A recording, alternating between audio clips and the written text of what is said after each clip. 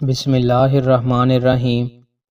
رسول اللہ صلی اللہ علیہ وآلہ وسلم نے ارشاد فرمایا، جس نے نماز فجر جماعت سے پڑھی پھر بیٹھ کر اللہ کا ذکر کرتا رہا یہاں تک کہ سورج نکل گیا، پھر اس نے 2 رکعتیں پڑھی تو اسے ایک حج اور ایک عمرے کا ثواب ملے گا۔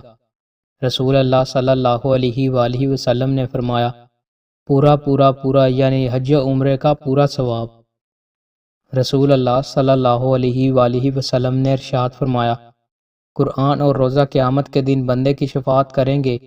روزہ کہے گا، اے اللہ، میں نے اسے کھانے اور شہوت کے کاموں سے روکے رکھا، لہٰذا اس کے حق میں میری شفاعت قبول فرما، چنانچہ شفاعت قبول کر لی جائے گی۔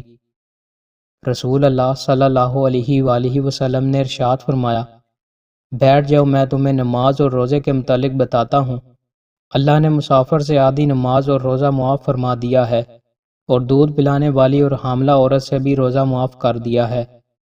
رسول اللہ صلی اللہ علیہ وآلہ وسلم نے ارشاد فرمایا، اللہ تعالیٰ نے میری امت سے غلطی، بھول اور وہ گناہ معاف کر دیے ہیں جن پر انہیں زبردستی مجبور کیا گیا ہو۔